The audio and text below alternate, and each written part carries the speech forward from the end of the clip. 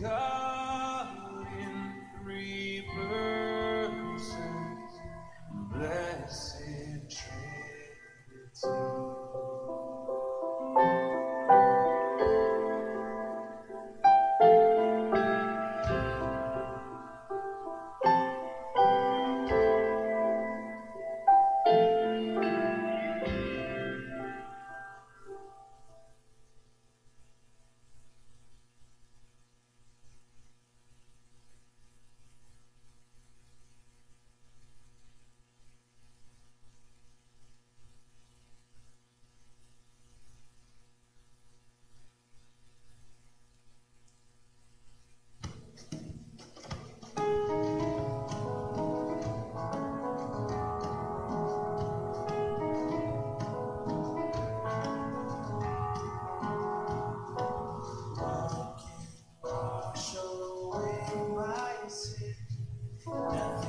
Sound check. Isang mapagpalang gabi po sa bawat isa sa atin. Purihin ang Panginoon at tayo ho'y nagpapasalamat sa Diyos sa kanyang patuloy na kahabagan at pag-iingat at pagsustento ho sa atin. Ano po? At welcome po sa Sunday evening service dito sa Jesus Christ Baptist Church. We'd like also to welcome ang ating mga kapatiran, kaibigan na kasama via live stream. At tayo nagpapasalamat sa Diyos na meron po tayong pagkakataon pa rin na magsama-sama in Sunday evenings para ho tayo ay sumamba sa ating Panginoon. And what a great blessing kayo ng umaga. Ano ho? May mga kapatiran tayo na matagal hindi nakasama pero muling nagkasama-sama. Ako yung minsan namamangha. Merong bata dito sa church na bago ang pandemic, 8 years old siya nung huli ko nakita. Ngayon, 11 na. ganun katagal pala. So muli ay pinupuri natin ang Panginoon sa kanyang biyaya. At pag-pray natin patuloy ang isa't isa, pag-pray natin ang mga kapatiran natin na may mga karamdaman. And I would like to encourage each and every one. Mga kapatid, let us be actively reaching out sa mga kapatiran. Ang sabi ng Hebrews chapter 10, paying attention one to another, considering one another. So hindi lang ang pastoran dapat may konsiderasyon at nagbibigay atensyon sa mga ibang kapatiran. Every members, every Christian, let's reach out, let's encourage, and let us try to patuloy na hamunin sa pananampalataya. At ganoon din ay magpanalanginan sa isa't isa. At pray natin si Brother Dave, ang huling check-up niya ay binigyan siya ng panibagong gamot. Pag-pray natin na maging maganda ang epekto sa kanya, and also ang nire-recommenda talaga sa kanya ay yung deep brain stimulation na isang major surgery. So pakisama po natin yun sa prayer, maging ang provision sa kanilang mga pangangailangan. And then meron din tayong kapatiran na nagpapasalamat sa Panginoon. Kanina ka-message ko sila, dumaan din sila sa COVID and sila ho ngayon ay recovered na. So purihin ng Diyos at okay ho sila, silang buong pamilya. At pag-pray ho natin ang ating mga kapatiran na mga dumadaan sa mga gitong mga kalagayan. So kung meron ho kayong mga prayer request, please, isa ho sa tungkulin ko bilang pastor ay ipag-pray ho kayo.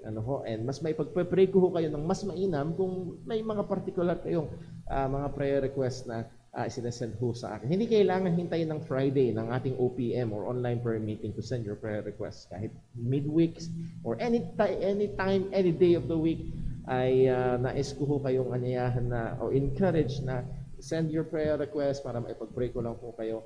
And then also, lalo na tuwing Friday sa ating online prayer meeting, pwede po yun. Medyo iwasan nyo lang ho, liban na lang kung emergency, iwasan nyo lang yung madaling araw. Dahil medyo may takot si Brother Paul ng text at message ng madaling araw. Dahil mangilang beses na yung mga text and message ng madaling araw na hindi ganong, humanly speaking, hindi ganong kaganda. Pero again, welcome po ang mga ito para ipag-pray ho kayo. Okay, dako ho tayo sa ilang munang mga announcements and reminders. Nakalimutan kong batiin. Nabati pala natin mga mag-birthday. Si Tatay Jose Hermia sa February 4, mag-birthday. Meron pa ba? Baka meron ngayong present na mag-birthday this week? Wala? Okay, so muli ho ay ating binabati ang ating mga kapatiran na ito. Sa ating home church, meron tayong church tracts, mas matindi pa sa COVID-19. So, in-encourage ho namin kayo, kumuha kayo. Make it a goal. Halimbawa, kuha ka ng 5. Just make it a goal that all throughout the week na-disperse mo yung 5. Just that. Yun ho ay magiging malaking blessing. Ano po? And sa atin hong offering, meron tayong color coding sa ating offering envelopes, meron tayong green para po sa ating project offering. Next week ho, Lord willing, i-announce po natin, magkakaroon tayo ng update. Ano na ba ang kalagayan? Ano? Ang ating target ay 60,000 pesos. Nasaan na ba tayo doon?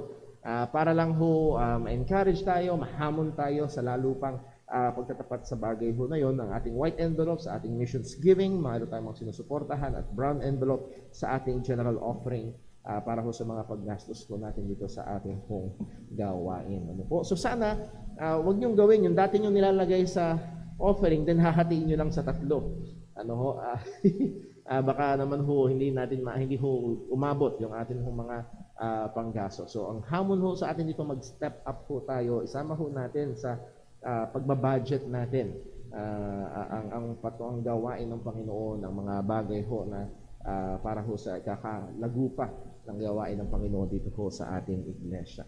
And then I would like to encourage you to pray for that. Bigyan tayo ng Panginoon ng wisdom sa bagay ho na yon. Okay, and then also we would like to encourage each and everyone to pray. We will be, Lord willing, will be a part of the ministry of Central Theological College, Central Theological College, At ito ho ay bahagi ng pag-i-invest sa future generations ng mga manggagawa. At kung sa biyaya ng Panginoon nagiging blessing ho sa inyo si Brother Paul, yan ay dahil merong mga nag-invest, just like Asia Baptist Bible College, just like GMA or Grace Ministerial Academy, na nagturo, nag-train sa mga manggagawa na kagaya ho ni Brother Paul. And this is one of those ministries, and who knows, maaaring isa ho sa atin sa church ay iligtas ng Panginoon o tawagin ng Panginoon sa gawain, and they would like to further their studies and to be more prepared sa paglilingkod sa Panginoon. Meron hong maayos na Bible College ho para dyan. And pakisama sa prayer, isa ho sa mga magiging tagpagturo, Lord willing, ay si Brother Paul, at nawa tulungan tayo ng Panginoon sa ministry po na yan. At we are planning to support not just through our labor ng pagtuturo, pero pwede natin itong pag-pray natin, pwede natin itong i-take din as a ministry na sinusuportahan, na sapagkat again, hindi ho libre ang mga bagay po na yan. Ano ho, ang ating mga kapatiran sa San Mateo Bible Church, San Mateo Baptist Church ay very gracious. Ang mag-house ng ganung ministry, syempre may gastos yun, ang kuryente and so on and so forth. So mga love gift din sa mga tagapagturo. So pag-pray ho natin at nawa. At kung kayo din naman ho ay may burden sa bagay ho na ito, ay pwede nyo i-take ito as a personal ministry para ho supportahan. So that will be very, very good. Pag-pray din natin yung youth camp na i-update natin kayo ng umaga. Hindi pa rin tiyak yung lugar, hindi pa rin tiyak yung gastos, at hindi pa rin tiyak kung matutuloy yung camp. Actually, depende ho sa takbo ng pandemya. Pero pag-pray ho natin, and almost 2 years na, more than 2 years na hindi nakakapag-camp yung ating mga young people. Pag ganyan ay talagang kating-kati na yan. Very excited na yan. At nawa ho, pag-pray natin matuloy itong taon na to, kundi loobin ng Panginoon na sa mga susunod na panahon. Okay, so that takes care of our announcements. By the way, Wednesday night, 6 p.m., time in the Word. Friday night, 6 p.m., time in the Word. And 7:15 p.m., online prayer meeting. Tayo ho inaasahan na magtapat sa mga gawain na ito. Okay, tayo po ay dumako sa sandali ng paghahanda sa pagsamba. Magkakaroon tayo ng sandali ng katahimikan, ng personal na pananalangin. Hingin natin ng tulong at gabay ng Diyos, paging ang kanyang pagsiyasat sa atin upang tayo ay ihanda sa pagsamba sa Kanya. Tayo po ay manalangin.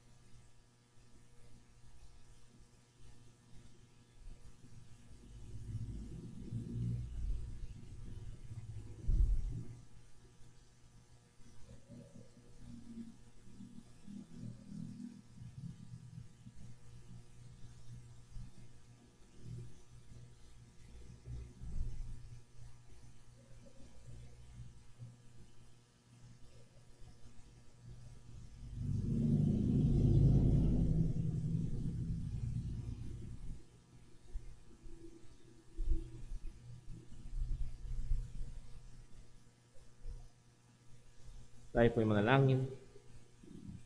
Panginoon naming Diyos, aming Ama sa langit, muli aming pinupuri, tinataas at dinadakila ang iyong pangalan.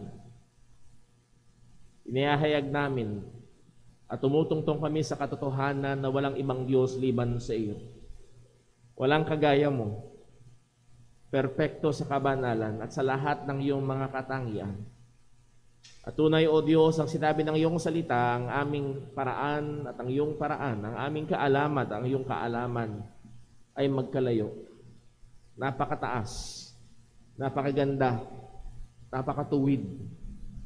At Panginoon, sa mga pagkakataon na hindi namin maintindihan, sa mga pagkakataon na kulang kami sa paliwanag, O Panginoon, tulungan mo kaming magtiwala sa iyo.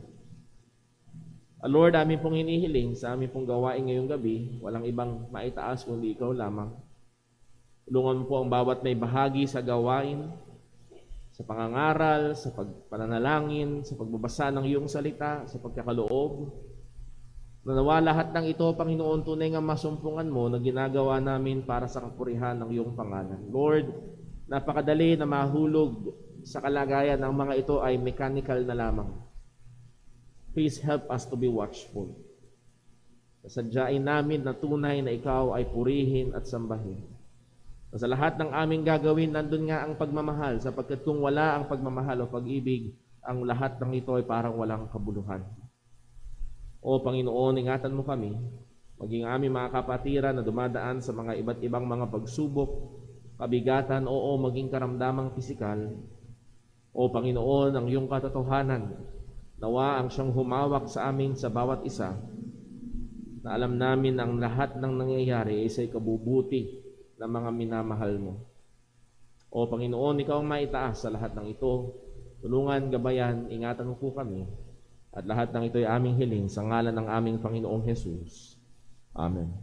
Tayo po gusto yung lahat at tayo po ay umawit sa Panginoon.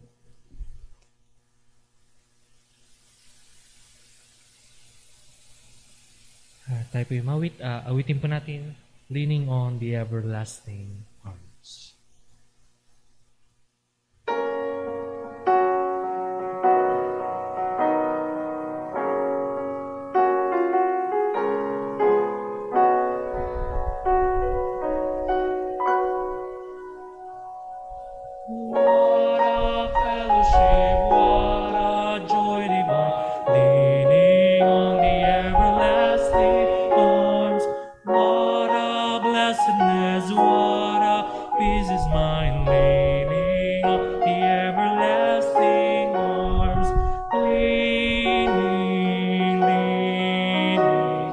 Safe and secure from all alarms, leaning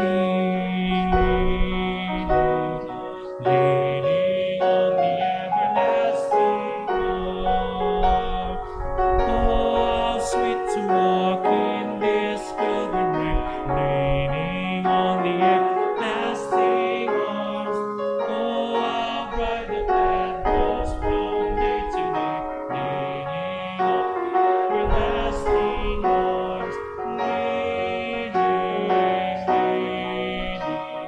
safe and secure from all harms, leaning on the everlasting arms. What have I to dread? What have I to fear? Leaning on the everlasting arms. I have blessed days rain down to me. Leaning on the everlasting arms. Leaning, safe and secure from all harms. Leaning on the everlasting arms.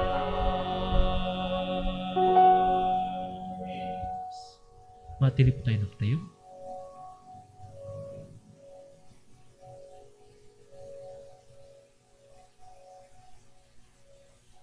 Para po sa ating pagbasa ng salita ng Diyos, ating pong basahin ang Mateo, Kapitulo 6, talata 25 hanggang 34. Sabay-sabay po natin basahin. Ready? Read. Kaya't sinasabi ko sa inyo, huwag ninyong ikabalisa ang inyong ikabubuhay, kung ano ang inyong kakainin o kung ano ang inyong iinumin, ni ang inyong katawan, kung ano ang inyong isusuot. Hindi ba't mas mahalaga ang buhay kaysa sa pagkain at ang katawan kaysa sa pananamit? Tingnan ninyo ang mga ibon sa himpapawid. Hindi sila nagtatanim o gumagapas o nagtitipon sa kamalig. Gayon may pinakakain sila ng inyong amang nasa langit. Hindi ba't mas mahalaga kayo kaysa sa kanila? At sino sa inyo na dahil sa pagkabalisa ay nakapagdaragdag ng 1 oras sa haba ng kanyang buhay? At bakit nag-aalala kayo tungkol sa pananamit? Masdan ninyo ang mga ligaw na bulaklak sa parang, lumalaki sila ng hindi naman nagpapagal ni humahabi ng tela. Gayon may sinasabi ko sa inyo na kahit si Solomon sa kanyang karangyaan ay hindi nakapagbihis ng tulad sa isa sa mga ito. At kung gayon nga, binibihisan ng Diyos ang damo sa parang na ngayon ay buhay, ngunit bukas ay inihahagis sa kalan. Kayo pa kaya ang hindi niya bihisan? Kayong mahina ang pananampalataya. Kaya't huwag kayong mawalisa at magtanong, ano ang aming kakainin? O ano ang aming iinumin? O ano ang isusuot namin? Sapagkat ang mga bagay na ito ang pinagsisikapang makamtan ng mga hentil at nalalaman ng inyong Ama na kailangan ninyo ang mga ito. Subalit pagsikapan muna ninyong matagpuan ang kaharian ng Diyos at ang kanyang katuwiran, at ang lahat ng mga bagay na ito ay idaragdag sa inyo. Kaya't huwag kayong mag-alala para sa araw ng bukas, sapagkat mag-aalala ang bukas para sa kanyang sarili. Sapat na para sa buong maghapon ang mga alalahanin nito. Tayo po'y manalangin. Dakila naming Diyos, sa aming Ama, na makapangyarihan sa lahat, Panginoon. Kami po'y lubos na nagpapasalamat, O Diyos, sa pag-ibig mo. Salamat po, Panginoon, sa iyo dahil yung pag-ibig mo, Panginoon, ang siyang patuloy na humahawak sa amin sa araw-araw. Salamat po, Panginoon, sa iyo, sa iyong pagsustena sa amin sa araw-araw, sa pag-provide mo ng lahat ng aming mga pangailangan, Panginoon. Katulad ng mga nabanggit sa iyong mga salita, O Diyos, salamat po. Dahil kung ang mga ibon sa para, maging ang mga ligaw na damo ay inaalagaan mo, paano pa kaya kami na iyong mga anak, Panginoon? O Diyos, salamat po sa pag-ibig mong ito, Panginoon. Lord, tulungan mo po kami patuloy sa aming pong pananambahan ngayong gabing ito, na ikaw, Panginoon, ang magbukas ng aming mga puso, maging ng aming tainga, higit sa lahat sa pakikinig ng iyong mga salita, O Diyos. Tulungan mo kami, Panginoon, na maibigay sa iyo ang papuri at kalwalatian na nararapat lamang sa iyo, Panginoon. Higit sa lahat, O Diyos, ang aming mga sarili na maging mga buhay na handog para sa iyo, Panginoon. O Diyos, pangunahan mong patuloy ang aming pastor, si Brother Paul, sa kanyang pangaral ng iyong mga salita. Gamitin mo siya, Panginoon. Gamitin mo siya maging instrumento upang kami ng iyong mga mananampalataya ay patuloy na turuan mo, Panginoon. O Diyos, tulungan mo po kami nawa patuloy sa araw-araw na aming pakikipagbaka sa kasalanan, sa anumang suliranin, Panginoon, ng buhay. Tulungan mo kami, O Diyos, na sa lahat ng mga pagkakataong ito ay ilagak po namin ang aming tiwala at pananampalataya sa iyo, Panginoon. O Diyos, totoo yung mga kahirapan, totoo yung mga suliranin na nararamdaman at nararanasan namin, Panginoon. Pero totoo ka, O Diyos. Alam namin, Panginoon, na totoo yung aming Diyos na aming sinasampalatayanan, na siyang may hawak, hindi lamang ng mga bagay na nangyayari sa ngayon, kundi maging ng kinabukasan. Salamat po, Panginoon. Purihin ka, O Diyos, ito po ang aming samot-dalangin sa matamis at makapangyarihang pangalan ng aming Panginoong Jesucristo. Amen.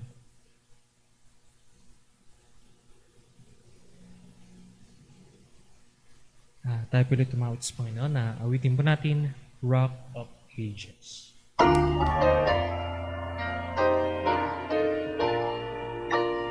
Rock of Ages, stand for me. Let me hide myself in thee. Let the water and the blood from the wounded side which fall be of sin like overflow. Save the right and make me pure. When my tears forever flow, in my seal no longer wrong. This for sin could not atone. Now the same and now alone. In my hand, no price I bring. Simply to thy cross I cling.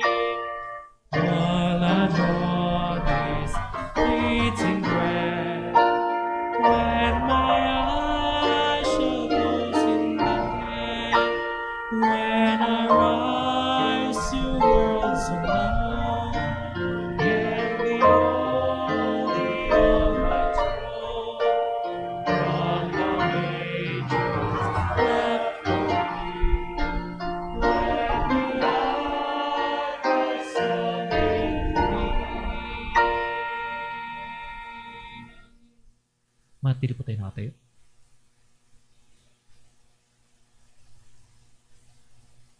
Amen. Para po sa atin pagkakaloob. Ayon po natin, 2 Corinthians, chapter 9, verse 6 hanggang 8. Sabay po natin itong basahin mga kapatid. Handa na po kayo. Ready? Read. But this I say, he which soweth sparingly shall reap also sparingly. And he which soweth bountifully shall reap also bountifully. Every man according as he purposeth in his heart, so let him give, not grudgingly or of necessity. For God loveth a cheerful giver.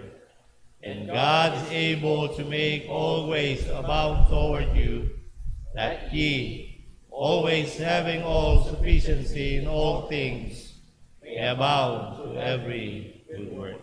Amen. Let us pray, mga kapatid. Ama naming Diyos na sa langit, muli Panginoon kami po ay nagpupuri at nagpapasalamat sa inyong kabutihan sa amin, Ama. Alam namin, Ama, na mayroon kaming Diyos na nasa langit, sa kanyang trono at ginagawa niya ang iyong kalooban, Ama, ang mabuti. Sapagkat ang iyong karunungan, Panginoon, ay napakataas. Alam namin, Panginoon, na ito'y hindi namin maaarok at ang aming karunungan, Panginoon, ay napakaliit kukumpara sa iyong karunungan. Muli, salamat po, Ama, muli sa biyong biyaya. Kami dinala mo rito sa daong ito upang kami magpuri at magpasalamat po sa inyo.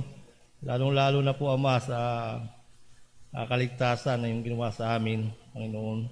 Ang ginawa ng iyong anak, ng Panginoon Kristo, na nagbayad na ay mga kasalanan. Ang ebanghelyo niyo po, Panginoon, ay sana ay pamuhay namin aming mga buhay. Lord, salamat po sa biyayang ito. Tunay na wala po kami magagawa sa aming kaligtasan sapagkat nakikita namin sa aming mga sarili kung gaano kami kahina patungkol sa kasalanan, Lord. Alam namin ang iyong kautusan ay mabuti, Ama. Salamat po.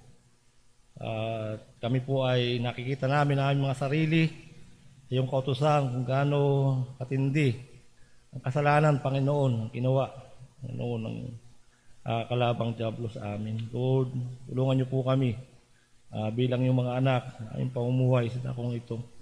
Nawa Lord ay patuloy namin patayin mga nanahapang kasalanan sa amin. Lord, yung gabi sa aming pagkaloob, kayo nawa may taas at mapapurihan ang mga biyaya, Panginoon, na nanggaling din naman po sa inyo. Lord, nawa gamitin niyo po ang yung binigay sa amin, mga biyaya, aming kakalog ngayong gabi na gamitin sa iyong gawain, ay kasusulong pa, Panginoon, ng Ebanghelyo. Lord, tulungan niyo po ang bawat isa na magampanan po ito, Panginoon, sapagkat ito'y bahagi ng aming pagsamba sa inyo, Ama. Muli, salamat po. Biyayang ito, kami po ay maghahandog po sa inyo, Ama. Agaw ni Panginoon sa aming pakikinig ng salita, tunay tulungan niyo po aming tagapagturo si Brother Paul. Palakasin niyo po siya, bigyan ng kasipagan, doon din po ang wisdom, Lord. Tulungan niyo po ang kanyang buong pamilya. Doon din po sa amin na makikinig, Ama, sa inyo po aming pandinig. At yun, Panginoon, kung ano mo po ang mahahayag sa iyong salita, ito po ay mabuti. Nawa kami po ay pamuhay namin ang salita mo ito, Ama. Tunay na ang aming pananampalataya ay mahina. Lord, tulungan niyo po kami at palakasin. Sabi na yung salita, kung kami hingi, kami yung bibigyan at daragdagan ng pananampalataya. Lord, salamat po sa bagay na ito. Kayo lang po may taas hanggang sa matapos, Panginoon, ng iyong gawain. Kayo rin po, Panginoon, na magpala, Panginoon, sa mga nakikinig sa online, Lord, o mga usap sa mga kapatiran, kundi po sa aming mga mahal sa buhay na hindi paligtas, Lord. Tulungan niyo po, ligtas niyo. Alam namin, ang buhay ay hawak niyo, Ama. At muli, salamat po. Ito ang samot dalangin sa pangalan po ng iyong bugtong na anak, aming Panginoong si Kristo. Amen.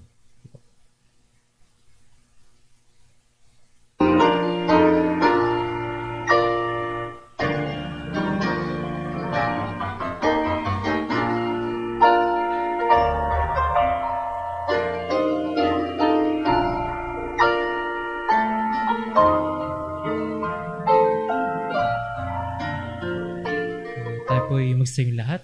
Tayo po rin tumawag sa Panginoon. Awitin po natin, what a friend we have in Jesus.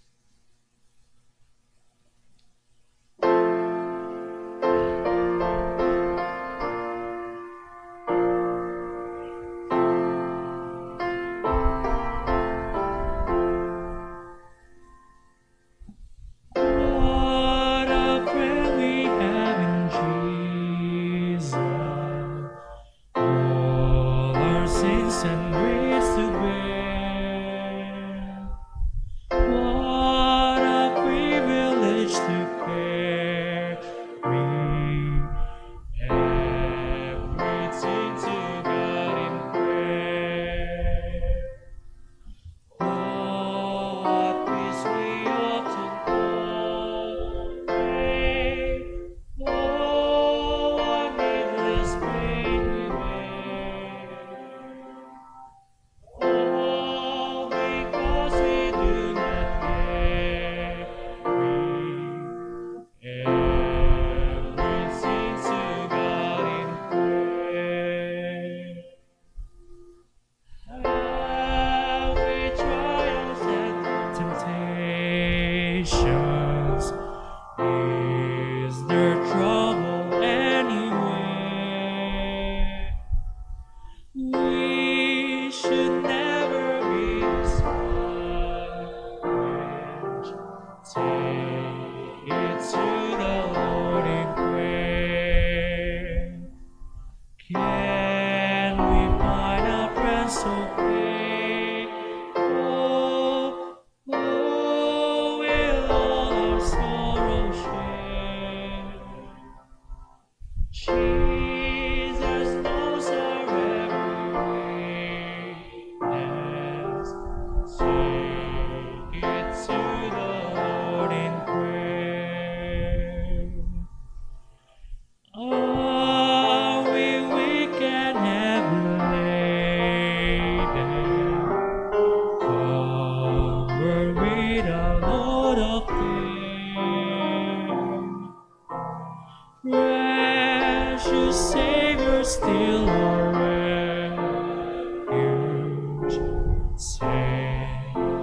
to the Lord in prayer. Do thy friends despise forsake thee?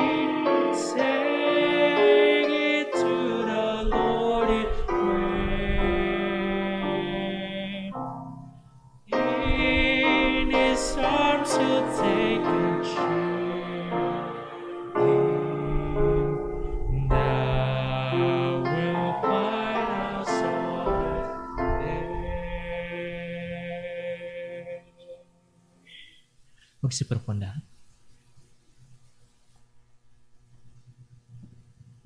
Tayo dadako sa ating pag-aaral ng salita ng Panginoon.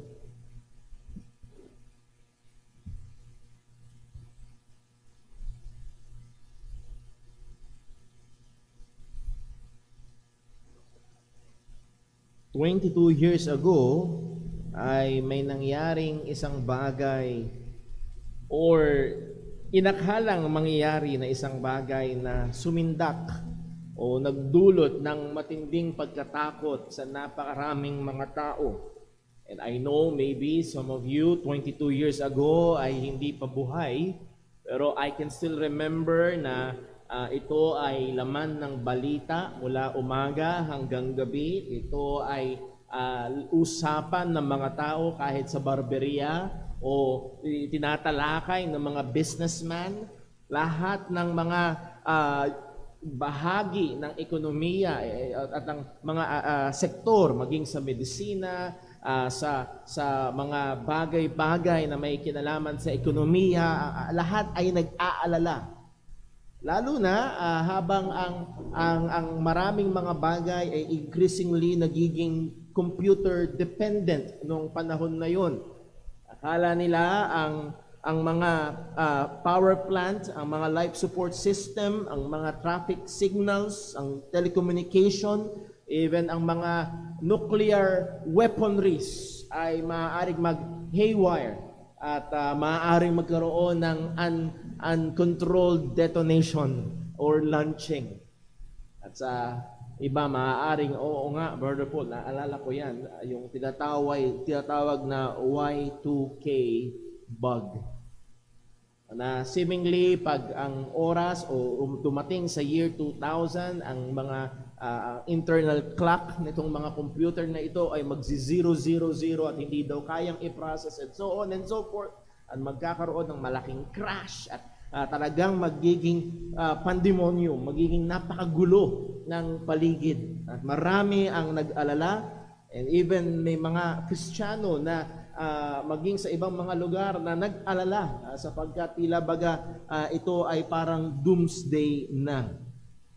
Well, dumating ang year 2000, January 1, parang walang nangyayari.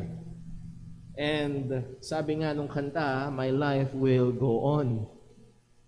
At tuloy-tuloy ang buhay at parang walang nangyari sa lahat ng mga kinakatakutan na ito. Pero mga kapatid, alam ho natin na hindi lamang yung mga parang malalaking mga bagay na ito ang nagdudulot ng pag-aalala, nagdudulot ng pagkabalisa sa marami. Ang mundo na ating kinalalagyan sa araw-araw ay nagbibigay ng maraming rason para magdulot ng pagkabalisa. Pag tinignan natin ang kalagayan ng ekonomiya, pag ating binigyang pansin ang kalagayan ng mga gera at ng mga terorismo at ng korupsyon, maging sa ating sariling bansa ang kalagayan ng politika, or huwag na tayong lumayo ang kalagayan ng pandemya. Ay tila baga ito ay labis na nakakapag-alala. And hindi lang yung mga malalaking mga bagay na nasa labas, meron din mga bagay na nasa loob, sa loob ng pamilya. Kapag dumating na ang panibagong anak o pag nagkasakit ang bahagi ng isang miyembro ng pamilya, o kapag nag-iedad ka na ngunit hindi ka pa rin nakakapag-asawa. Nakapagdudulot minsan ng pagkabalisa, pag-aalala. Alam ho natin, may iba't ibang kaparaan na sinusubukan mag-cope ng sanlibutan sa mga bagay ho na ito. Pero tayo bilang mga mananampalataya And much more sa passage na ating binasa, ang binibigyang din tayo ng mga citizen, mga mamamayan ng kaharian ng Diyos, tayo ng mga alipin ng Panginoon, that He, God, is our Master. How should we live in this world that gives us so much reasons to be anxious? Paano tayo dapat mabuhay? Paano natin dapat harapin at tugunan at i-handle ang mga bagay na ito? Well, merong ilang mga sektor ng nagpapakilalang Kristiyano, lalo na ang sektor ng mga prosperity gospel preachers, na nagbibigay ng bulaan o hindi tama at hindi totoong pag-asa. Alam nyo, ang sagot nila sa mga bagay na ito na nagdudulot ng anxiety, ang sagot nila, just claim it, brother. Just claim it, sister. Claim mo lang. At minsan, may mga Kristiyano na nahuhulog sa kaisipan na ito, claim mo lang. I-share ko sa inyo long ago, si Brother Paul ay nagkaroon ng minor bulging, minor slip disc. At of course, hindi ko maalala kung sino eksakto yung kausap ko, pero isang Kristiyano yung aking kausap at kinamusta niya ako at sinabi ko yung problema at sinabi ko magpapa-x-ray, magpapa-check up at magpapa-treatment and so on at pakipag-pray sana gumaling at maayos ang lahat ng mga ito. Ang reply niya sa akin, claim mo lang. Claim mo lang, bro.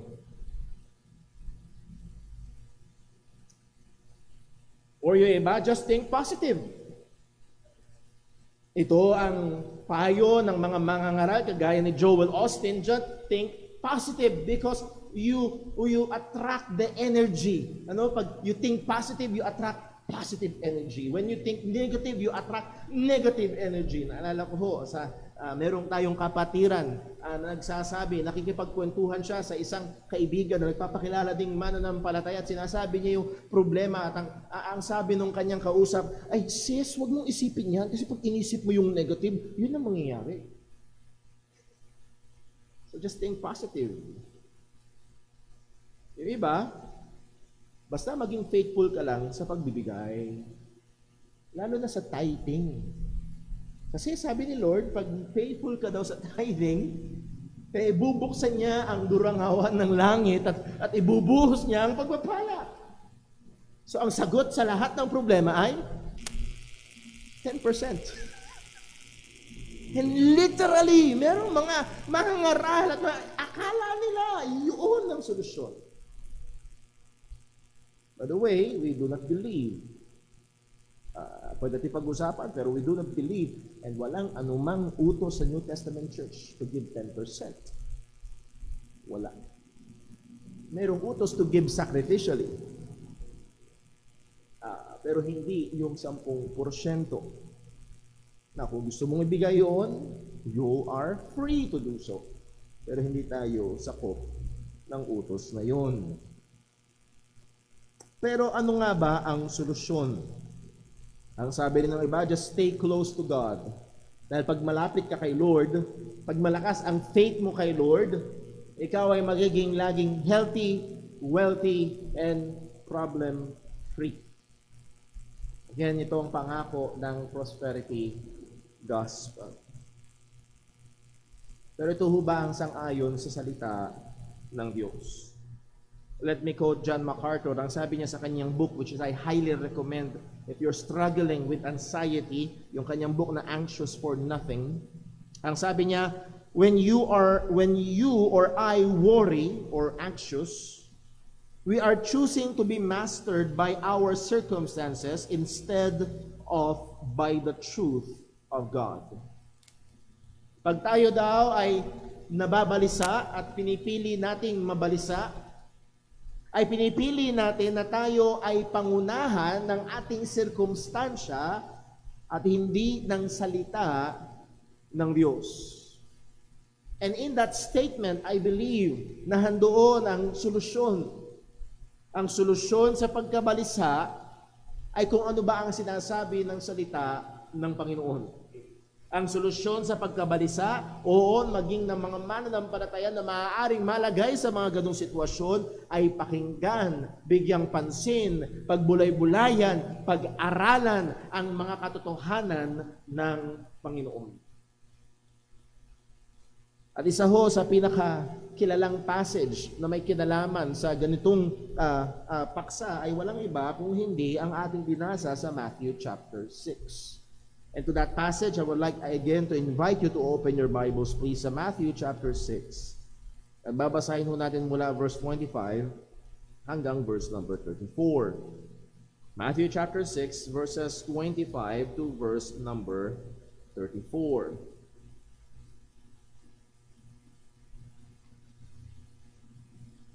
Tayo pumista yung lahat para sa pagbasa ng salita ng Panginoon. Verse 25, babasahin ko, paksunan nyo sa inyong mga Biblia, ito po ang salita ng Diyos. Therefore I say unto you, take no thought for your life, what ye shall eat or what ye shall drink, nor yet for your body what ye shall put on. Is not life more than meat, or the body than raiment? Behold the fowls of the air, for they sow not, neither do they reap, nor gather into barns, yet your heavenly Father feedeth them. Are ye not much more better than they? Or are ye not much better than they? Which of you by taking thought can add 1 cubit unto his stature? And why take ye thought for raiment? Consider the lilies of the field, how they grow. They toil not, neither do they spin. And yet I say unto you that even Solomon in all his glory was not arrayed like one of this. Wherefore, if God so clothe the grass of the field, which today is, and tomorrow is cast into the oven, shall he not much more clothe ye, O ye of little faith? Therefore take no thought, saying, what shall we eat, or what shall we drink, or wherewithal shall we be clothed? For after all these things do the Gentiles seek. For your heavenly Father knoweth the things, heavenly Father knoweth that ye have need of all these things. But seek ye first the kingdom of God, and his righteousness, and all these things shall be added unto you. Take therefore no thought for the morrow shall take thought for the things of itself. Sufficient unto the day is the evil thereof. Pagpalain po ng Diyos sa pagbabasa ng kanyang mga salita. Muli ho tayong manalangin. Panginoon naming Diyos, aming Ama sa langit,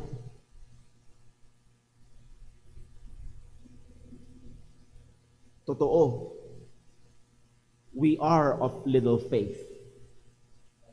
Kulang. Madalas, O Diyos, mahina. Kaya Panginoon, naming hinihiling kagaya ng iyong mga apostol, dagdagan mo nawa ang aming pananampalataya. At gamitin mo ang iyong salita ngayon upang kami ay turuan, paalalahanan, itama. Upang sa pagharap namin sa maraming mga hamon na dulot ng buhay na ito, parte ng kasalanan at pagiging Kristiyano sa makasalanang mundo, ay maharap namin ito sang-ayon sa katotohanan mo. O Panginoon, iba't iba ang kalagayan, iba't iba ang kabigatang daladala. At maaaring meron kaming mga kapatiran ngayon na nahuhulog na sa pagkabalisa. O Panginoon, katagpuin mo po. Tulungan mo po. At lahat ng ito'y dalangin namin sa ngalan ng aming Panginoong Hesukristo. Amen. Pari pong magsiupo ang bawat isa. At kung akin hong sasaysayin sa isang pangungusap ang mensaheng gusto kong madala natin mula sa mga talata na ating binasa, ay ito po yun. Believers must live in this world with a complete trust in the providential care of God, our Father and Master, which enables us, or which will enable us to prioritize Him and His kingdom. Ang mga mananampalataya ay kailangang mamuhay sa mundong ito na merong kumpleto o lubos na tiwala sa providential o na pag-aalaga ng ating Diyos, na ating Ama, na ating Panginoon, na siyang magbibigay sa atin ng kakayahan na bigyang prioridad siya at ang kanyang kaharian. At I pray and hope na tayo ho sa gitna ng anumang ating pinagdadaanan at maaaring ikaw ay naririto ngayon at sila, Brother Paul, I'm very happy, I'm very contented sa buhay ko, parang walang kulang, walang pagkabalisa, walang alalahanin. And it might be so, and praise the Lord kung yun ang kalagayan mo. Pero I know one of these days, Darating ang problema. Darating ang kabigatan. Darating ang tawag na hindi mo gustong matanggap. Darating ang balita na ayaw mong kumatok sa iyong pintuan. Hindi ko makalimutan ang kwento ng isang manggagawa na ibinahagi sa akin Sunday morning. Kompleto silang pamilya, nagdaos ng worship service. At pagtapos ng worship service, doon sila magtatanghalian sa church. Inutusan niya yung kanyang anak, "Anak, bili ka nung ganito doon sa tindahan." At right there, nasagasaan ng anak niya at namatay.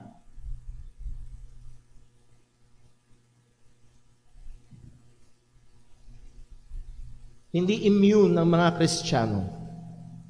Hindi tayo exempted sa problema at bigat at luha at heartbreak at problema. Hindi exempted ang Kristiyanong pamilya sa nagre-rebelding kabataan. Hindi exempted. Hindi rin tayo exempted sa magiging dulot na problema ng mga politiko. Hindi tayo exempted sa korupsyon ng mundong ito. Oo, naapektuhan tayo. Paano natin haharapin?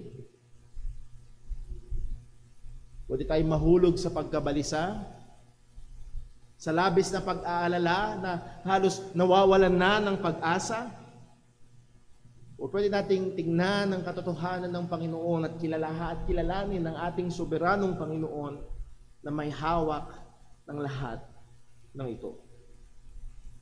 At mula ho sa mga salita ng ating Panginoong Jesucristo, nais ko tingnan natin at humugot tayo ng mga katotohanan. And as I've said, maaaring marami sa atin na pag-aralan natin, maaaring kabisado pa natin ng ilan sa mga talatang ito. At maybe once in our lives ay nakapakinig tayo ng pangangaral. It will do us good to be reminded ng mga katotohanan na ito. And throughout not just last week or throughout the last month, lalo na tumindi ulit ang sipa ng pandemya. I've been hearing mula sa ilang mga kapatiran, ilang mga kaibigan, at maging sa mga posts sa online na there's much anxiety. So tignan ho natin sa verse number 25.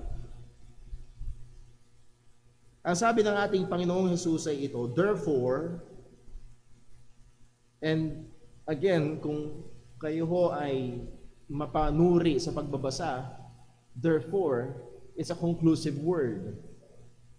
Ibig sabihin, dito'y konektado sa nakaraang sinabi at babalikan ho natin yung nakaraang sinabi. Pero ang sabi sa verse 25, "Therefore, I say unto you, take no thought for your life, what ye shall eat or what ye shall drink, nor yet for your body what ye shall put on. Is not life more than meat, and the body than raiment?" Ang sabi niya, "I say unto you." So muli, therefore, it's a conclusive word at pinupoint out tayo nito. Dito'y konektado sa nakaraang sinabi at napakahalaga ng nakaraang sinabi, lalo na sa verse 24, para makakuha natin yung bigat ng sinasabi ni Jesus sa mga talatang ito. Pero ang sabi niya, "Therefore I say unto you." Kaya nga sinasabi ko sa inyo.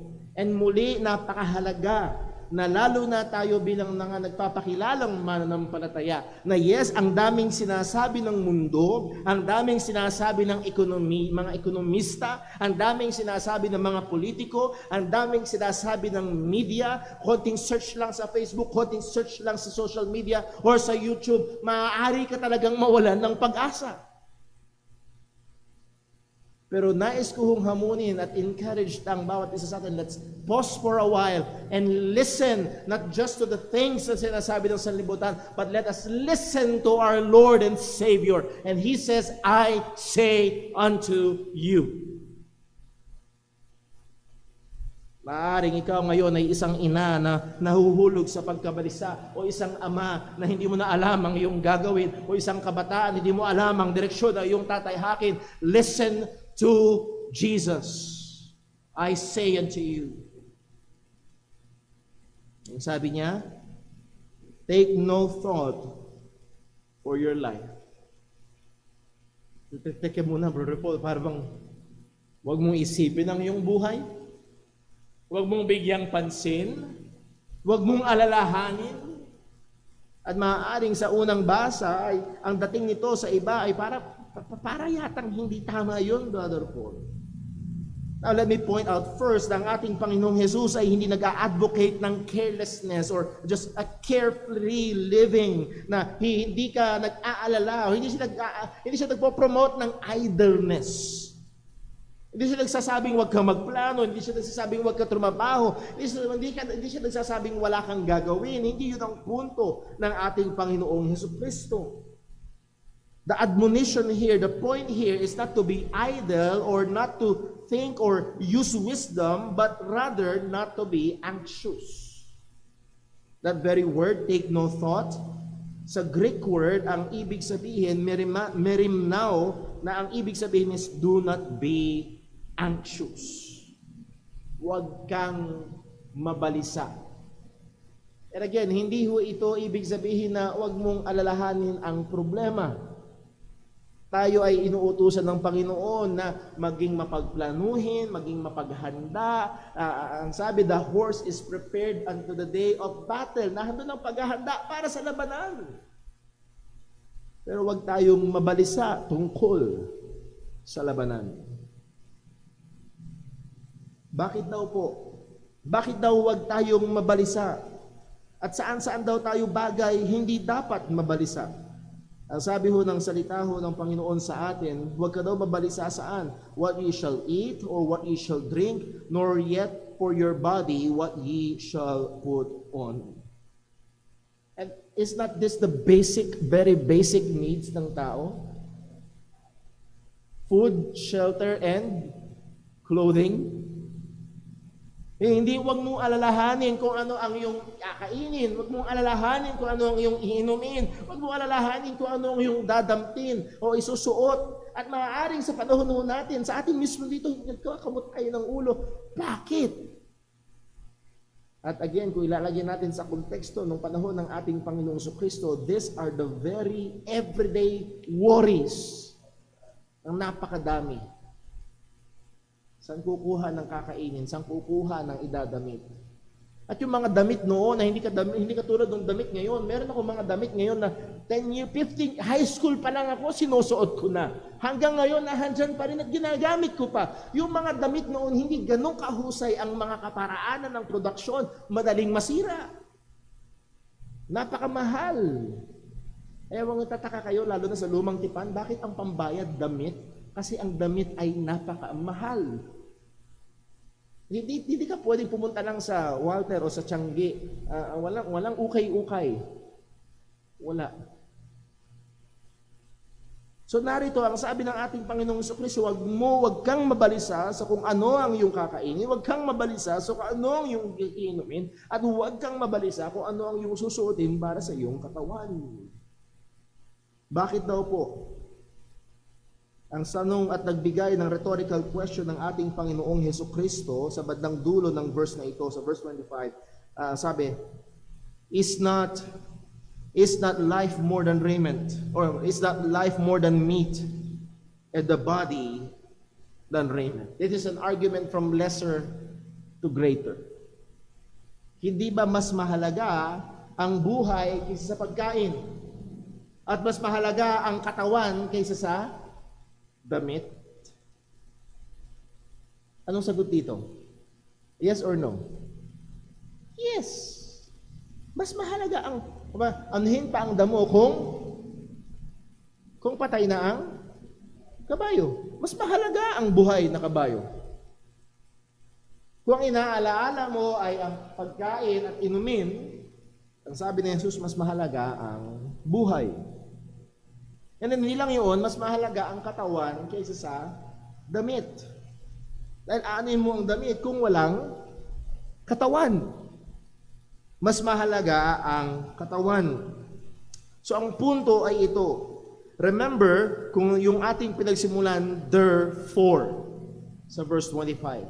Saan galing yun? Galing yun sa verse number 24. Na kung saan ang mananampalataya ay binresent ng choice na kailangan niyang pumili.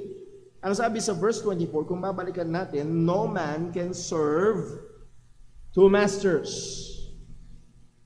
For either he will hate the one and love the other. Hindi pwedeng dalawang Panginoon ang paglingkuran. Hindi mo pwedeng hawakan pareho sa magkabilang kamay.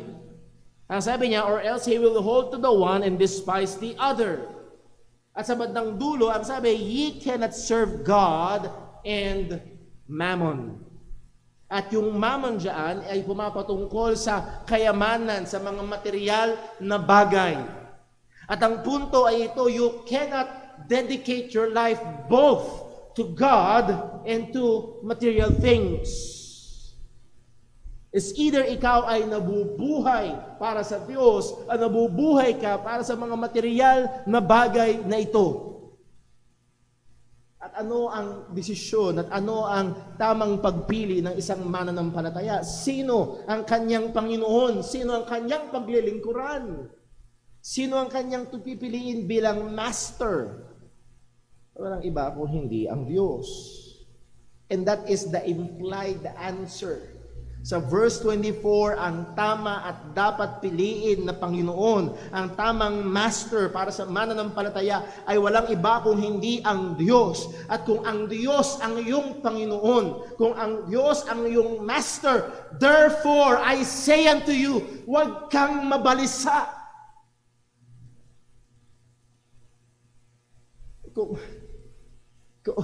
Kung ikaw ay empleyado ng isang napakarilag na hari, mag-aalala ka ba sa sweldo mo? Huwag kang mabalisa. So ang pinakasusi, actually, una gamot sa pagkabalisa ay kailangan mo munang siguraduhin at tignan, sino ba ang Panginoon mo? Para saan ka ba nabubuhay? Dahil pag doon pa lang sa aspeto na yon, makikita mo na marami kang inaalala at marami kang kabalisahan na mawawala at seemingly mag-evaporate kapag nakita mo, oo nga, ako ay para sa Diyos. Kung ang kabalisahan mo ay yung post mo sa social media ay walang masyadong followers, walang masyadong nagla-like, at yun ay dumudurog sa iyo, para kang walang sense of identity dahil lang sa mga yun. Well, nabubuhay ka para sa sanlibutan at nababalisa ka para sa mga ganung bagay. Pero ang sabi ng salita ng Diyos, no man can serve two masters. You cannot both serve God and mammon. And here, mammon is again material and money. At yun ang, kung meron kang material, kung meron kang money, problemahin mo ba yung pagkain mo o yung damit mo? Ang akala ng iba, ang solusyon para sa mga pangangailangan sa buhay ay iwan ng Diyos at tumutok sa mga bagay-bagay. Ang sinasabi ni Jesus, no. Piliin mo ang Diyos. Siya ang Panginoon mo. At huwag kang mabalisa sa mga bagay-bagay na ito. Dahil siya ang ating Panginoon. If you are serving God, ang Diyos na nagbigay buhay, ang Diyos na nagsusustento sa lahat ng bagay, ang Diyos na gumawa sa ating katawan at nagbigay ng ating buhay, ang tanong ay ito, hindi ba niya susustentuhan ang buhay na binigay niya at ang katawan ginawa niya? And the answer is, He will sustain. Oh, maniwala ho kayo, may mga empleyo sa atin hong panahon, may mga employer na hindi tapat sa kanilang mga empleyado. Pero ang ating Panginoon, ang ating Diyos, kung siya ang ating Panginoon, siya ay tapat at hindi magkukulang. Bakit ka mababalisa? Bakit ka mababalisa? At para sagutin ito at tulungan tayo na mas maunawaan ito at makakuha ito, ay nagbigay ng dalawang napakagandang ilustrasyon ng ating Panginoong Hesukristo. Sa Matthew 26 verse 26, ang sabi, "Behold the fowls of the air." Ang mga ibon sa himpapawid. Sa Luke, ang ginamit is ravens, mga ibon, mga ibon sa himpapawid, the fowls of the air. Ang sabi niya, "For they sow not, neither do they reap nor gather into barns, yet your heavenly Father feedeth them. Are ye not much better than they?" Again, that word behold, emblepo, ang meaning, ang ibig sabihin, look intently, observe, consider, looking with the intention of learning. Hindi na basta, okay. Kundi tignan at pag-aralan, bigyang pansin. At tinatawag ng Panginoon ang ating atensyon na itaon ito sa napakaliliit, napakamumunti na bahagi ng nilalang ng Panginoon, ng mga ibon. Ang sabi, they sow not, hindi sila nagtatanim, neither do they reap, hindi sila umaani, nor gather into barns, hindi sila nag-iimpok sa mga bangan o sa mga malaking storage. Sa panahon natin ngayon, hindi sila pumapasok sa trabaho, hindi sila sumusweldo, at hindi sila nagbabangko. Tignan natin ang mga ibon na ito, pero ang sabi ng salita ng Panginoon, and again, gusto ko lang paalala, hindi tinuturo ni Jesus na huwag kang magtanim, hindi tinuturo huwag kang umani, hindi tinuturo huwag kang mag-ipon. Hindi yun ang punto.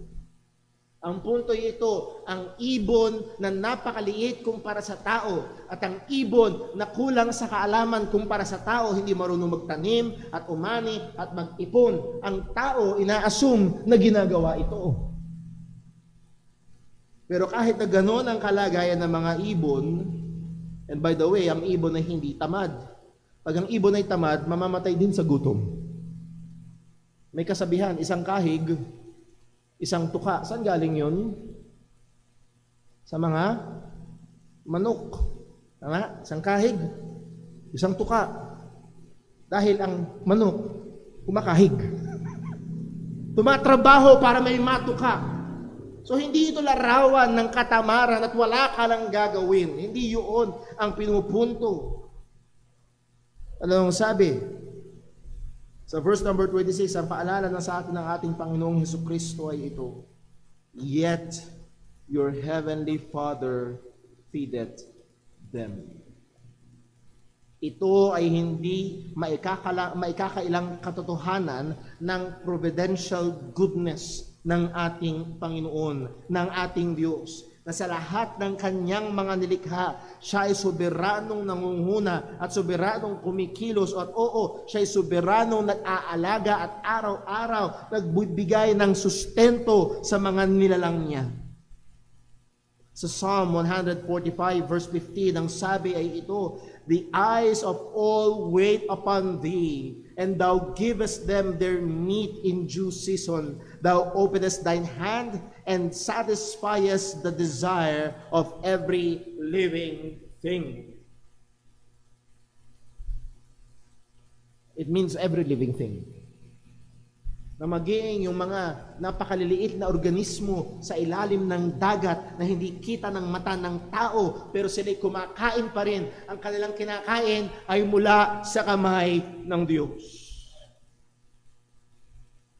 Siya ang nagsusustento. Siya ang nagbibigay.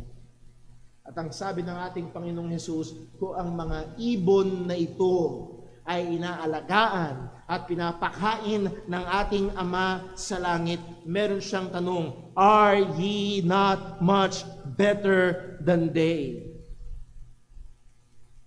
Hindi ba tayo mas mahalaga kaysa sa ibon?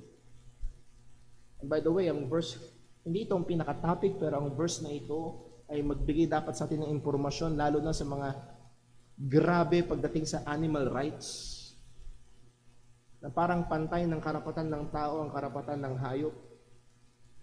No, we are better than they. Hindi ibig sabihin na kailangan nating maging marahas sa mga nilalang ng Panginoon na ito, pero wag mong tignan ng hayop na parang kapantay ng tao. Alala ko, napakinggan ko minsan sa isang balita, meron daw advokasya, yung mga pro-animal, nag-advokasya, ipagbawal ang pangingisda. Kasi daw ang isda ay may parehong nervous system na parang tao, nakakaramdam sila ng sakit. Kaya mo daw bang imagine na isang araw ikaw ay biglang tutusok sa bunganga mo at aalisin ka sa lugar mo at ilalagay ka sa lugar na hindi ka makakahinga? So, ipinapantay nila ang mga hayop at isda sa tao. No, we are better than they. So that's another topic, pero gusto ko lang kung makita natin yun. But it is true. Are ye not much better than they? And the answer is yes.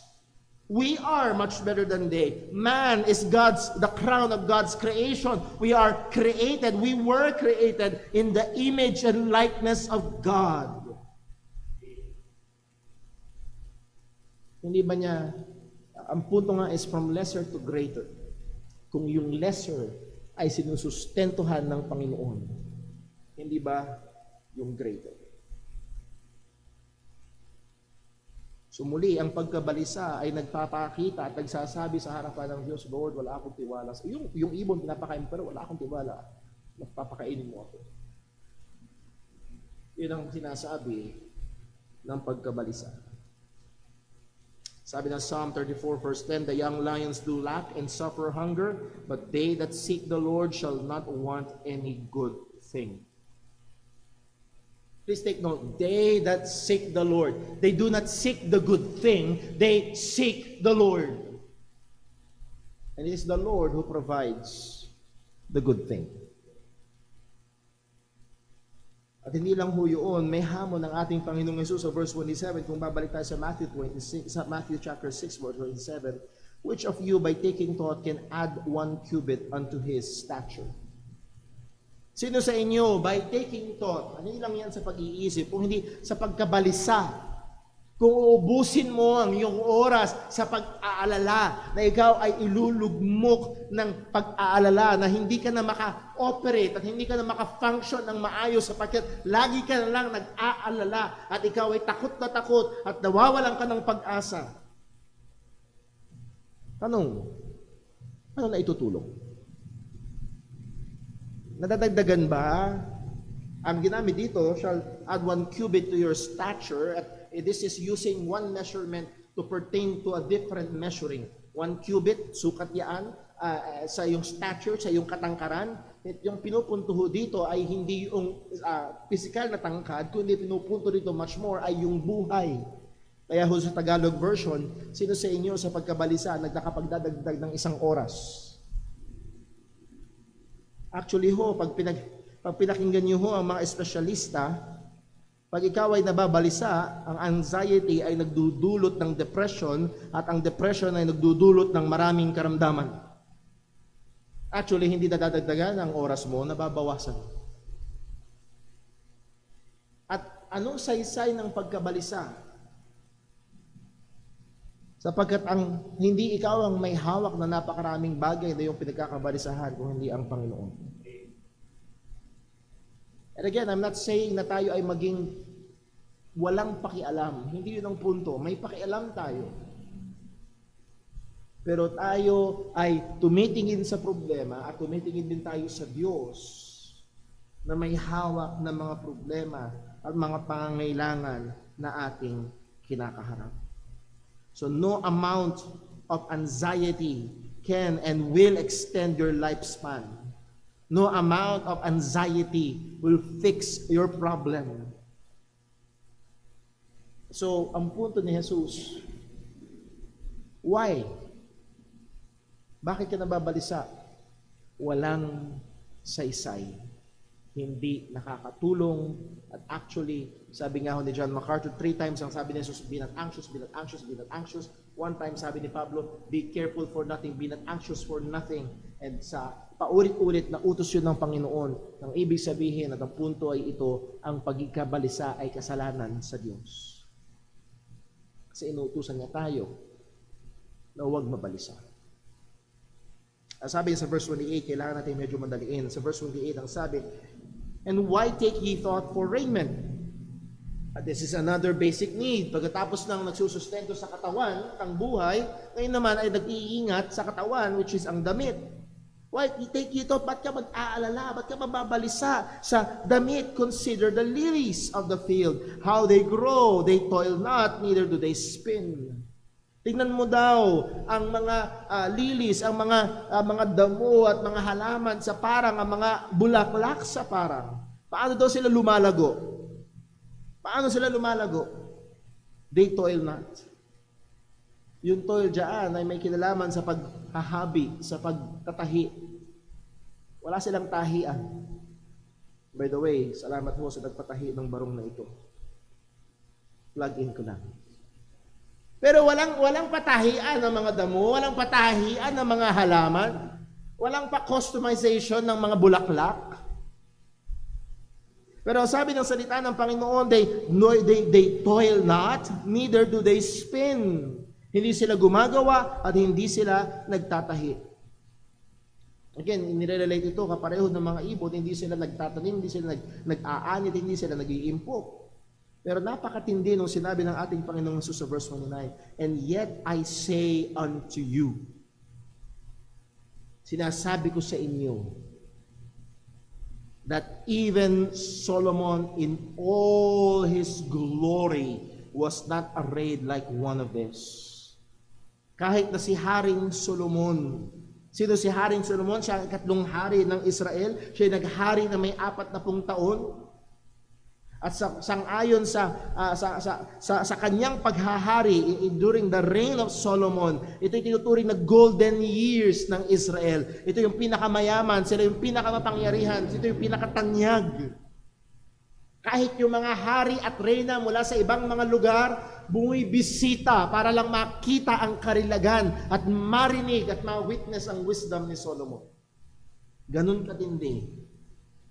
Wala kang makikitang mas mayaman, wala kang makikitang mas mahusay nung panahon na yon kung hindi si Haring Solomon. Pero ang sabi ng salita ng Diyos, itong mga damong ito sa parang, and by the way, this is Sermon on the Mount, at sila ay nasa tabing bundok at higit sa malamang yung merong mga tao, look at the lilies. Yun na niya yung inupuan niya, ayun yung lily. Naupuan ko. Pero ang sabi ng Diyos, itong mga ito ay hindi nadamtan. Pag samasamahin mo man ang lahat ng karilagan ni Haring Solomon, hindi papantay ito sa ganda at karilagan nitong mga damo na ito na ang description ng ating Panginoong Jesus, which today, sa verse 30, today is and tomorrow is cast into the oven. Ngayon ay nahandyan, pero bukas igagatong na sa lutuan. Isa ito sa mga basic na panggatong nila. Parang ipa, hindi pinanggagatong. Pero ang sabi ho ng salita ng Panginoon, paano nangyari? Pinag-iisip, paano nangyari yun? Kahit kunin mo yung isang bulaklak dito, tingnan mo si Haring Solomon. Hindi parang mas maganda yun.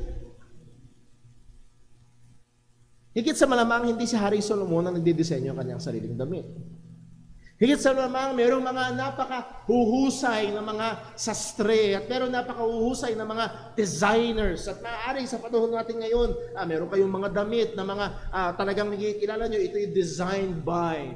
Pag mayroong mga red carpet event ang mga artista o pag may SONA ang presidente, nung uso bago pa ang pandemic, ang damit na ito ay disenyo ni talagang design ng parang okay, napakaganda kasi design ng At lahat ng sinuot ni Solomon, ang nagdisenyo at gumawa ay tao.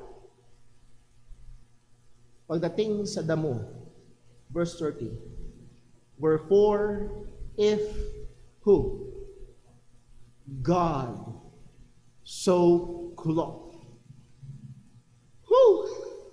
Ang nagdisenyo, ang Diyos sa kanyang walang hanggang karunungan at walang hanggang kahusayan, perpekto dinisenyo niya, walang mali, saktong-sakto. Yan ang pinakamaganda.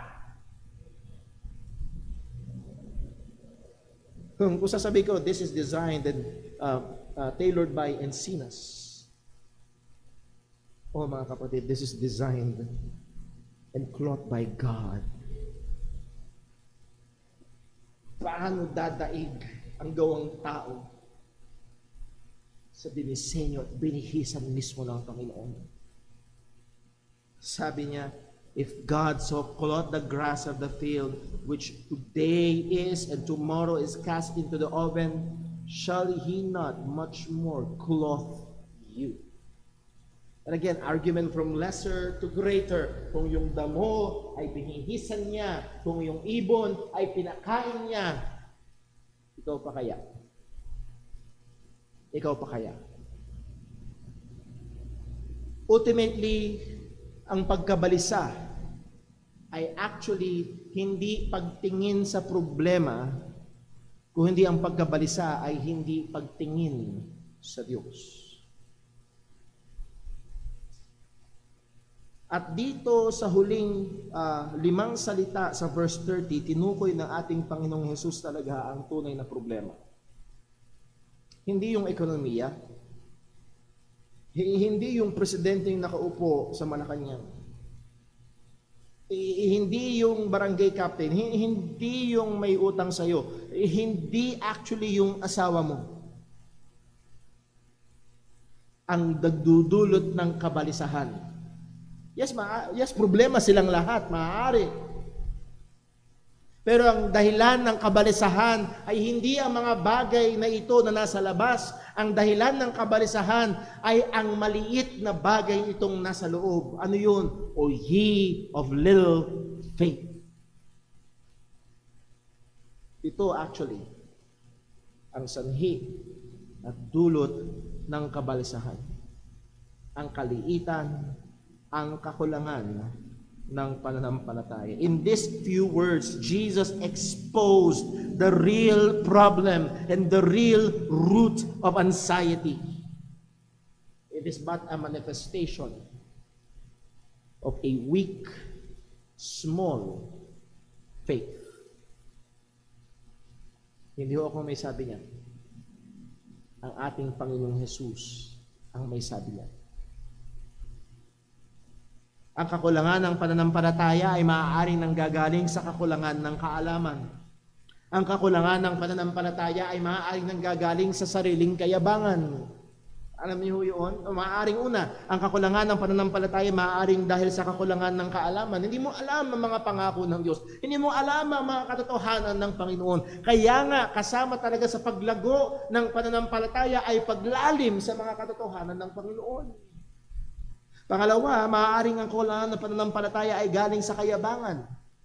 Masyado kang malakas para magtiwala sa Diyos. Kuha niyo yun? Masyado kang mahusay, masyado kang maraming koneksyon, masyado kang maraming backer, masyado kang maraming pera sa bangko, masyado kang maraming kilalang doktor, at dahil doon, akala mo self-reliant ka na, kayang-kaya mo na. At hindi ka tumitiwala sa Diyos. Pero ang kakulangan ng pananampalataya ay maaaring nagdudulot o galing sa pagdududa sa mga pangako ng Diyos. All things work together for good. Be not anxious, or let not your heart be troubled. You believe in God, believe also in me. In my Father's house are many mansions. If it were not so, I would have told you, I go to prepare a place for you. And if I go to prepare a place for you, I will come again. Sa paborito kong larawan na pinipinta lagi ay parang isang dalaga na naghihintay sa binatang nangako sa kanya. Ang sabi ng binata, babalikan kita. Pero pagkarapas ng maraming taon, nababalisa na ang dalaga. Hindi bumabalik ang binata. O mga kapatid, maaaring sumira sa pangako ang binata, pero hindi sisira sa pangako sa Jesus. He will come again. Or isa, at ito isa sa mga dinginan ni John MacArthur doon sa kanyang libro, nagdududa ka sa karakter ng Panginoon. Baka hindi talaga ako mahal ng Diyos. Baka hindi niya talaga kaya na tugunan yung aking problema. Baka hindi niya ako nakikita. Baka hindi niya ako pinapansin. Baka wala akong halaga sa Kanya. On the final analysis, anxiety is offensive to God because it puts Him under suspicion of unfaithfulness or weakness. Ang pagkabalisa ay offensive sa Panginoon sapagkat siya inilalagay sa kategorya kung hindi siya unfaithful, siya ay mahina. Kaya ka nag-aalala. Baka hindi kaya ni Lord. Or kung kaya niya, baka hindi siya tapat. So narito ho ang hamon sa atin. Anumang sitwasyon na ating kinalalagyan na maaaring nandoon ang tukso at oo, nandoon ang kalagayan na maaaring tayo ay nababalisa, nag-aalala. Ito man ay sa kalagayan tayo masumpungan na merong kasaganaan o merong kakulangan. Napakahalaga na ating panatilihin ang ating mga puso na hindi naglalakbay kung saan-saan at pumupunta sa mga pagdududa, kung kundi panatilihin natin ang ating mga mata na nakatingin sa Panginoon, na totoo at tapat sa kanyang mga pangako at gumagawa at nagsusustento sa kanyang mga nilalang. Ano ang root ng anxiety? Lack of faith. Anong susi at kailangan para lumago sa pananampalataya? Lalo pang makilala ang Diyos. Muli, hindi dahil sa sitwasyon, kundi dahil hindi ka nakatingin sa Panginoon. O dahil hindi mo kilala o kinikilala ang Diyos ng Biblia. Nawa, tayo ay mapaalalahanan at suriin natin ang ating mga sarili. Saan ang gagaling? Bakit na ganun na lang ang ating pagkabalisa sa mga sitwasyon na ating kinalalagyan? At ating balikan ang mga salita ng ating Panginoong Kristo. Tignan mo ang ibon. Tignan mo ang mga damo. Ang Diyos na nagsustento sa kanila, siguradong isusustento ka. Tumiwala tayo sa Panginoon na tapat. Tumiwala tayo sa Panginoon na ating Ama, na ating Master. Let's pray. Panginoon naming Diyos, aming Ama sa langit, nawa o Diyos ang mga katotohanan mong ito ay gamitin mo sa espesyal na paraan. Muli iba't iba ang kabigatang daladala. Maaring meron na rito ngayon sa pagdating sa pinansyal ay sapat, pero may mga problema na talagang nagbibigay kabigatan sa kanya, na nababalisa siya. Or maaaring meron kami mga kapatiran na dulot ng karamdaman, sitwasyon sa pamilya, relasyon sa asawa o sa mga anak, kalagayan ng trabaho, ng ekonomiya, o Panginoon sa dami ng mga bagay na nangyayari sa paligid. Tulungan mo kami na huwag ipako ang aming tingin sa mga problema, kundi ipako ang aming tingin sa iyo, O Diyos, na soberano, na tapat, nang iyong mga pangako ay sigurado, nang iyong pag-aalaga ay totoo. O dagdagan mo ang aming pananampalataya sa panahon na ito'y nagkukulang. Paalala mo sa amin ang iyong mga salita sa panahon na kami ay nakakalimot. Tulungan mo kami, O Diyos, at paalala mo sa amin na kami lubos na mahina sa panahon na kami tumitiwala sa aming sariling lakas. At Lord, tulungan mo kaming tumingin sa iyo, Diyos na tapat, Panginoon na makapangyarihan. Kung kaya't kami na mga anak mo, kami na yung mga alipin, na hindi kinakailangang mabalisa, maging sa mga bagay-bagay sa mundong ito. Lord, sa mga problemang kaharap, bigyan mo kami ng karunungan, bigyan mo kami ng kakayahan, pero hindi lang yun, O Diyos, bigyan mo kami ng pananampalataya. Lahat ng ito ay dalangin namin sa ngalan ng aming Panginoong Jesucristo. Amen. Tayo magsayong lahat at tayo po ay umawit ng ating huling awit.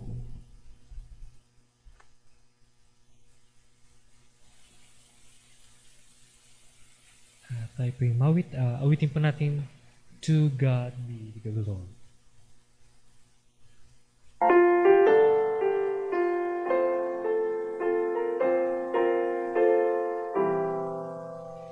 To God be the glory, when sings he hath done, so loving the world that he gave us his Son, who yielded his life on atonement for sin, and opened the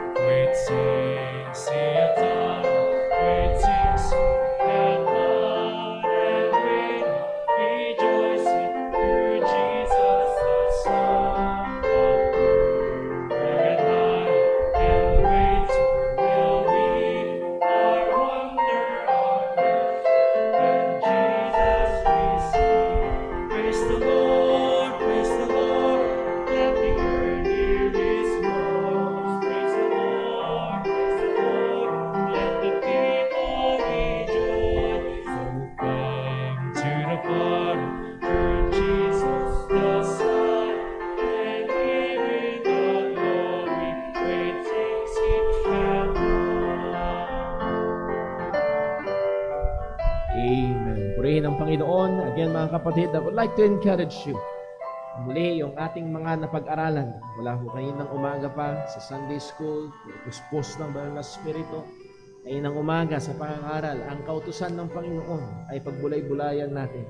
Paging ngayon, patungkol sa kabalisahan, ang katapatan ng Diyos ay ating patuloy na pagbulay-bulayan.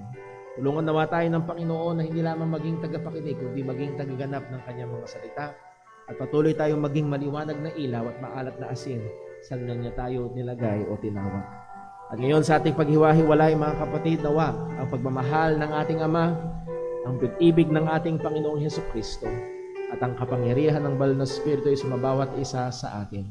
Ano man ang ating gagawin, ay gawin natin para sa Kanyang kapurihan. Ingatan nawa tayo ng Diyos, tulungan nawa tayo ng Panginoon. God bless po. We are dismissed. Ito po.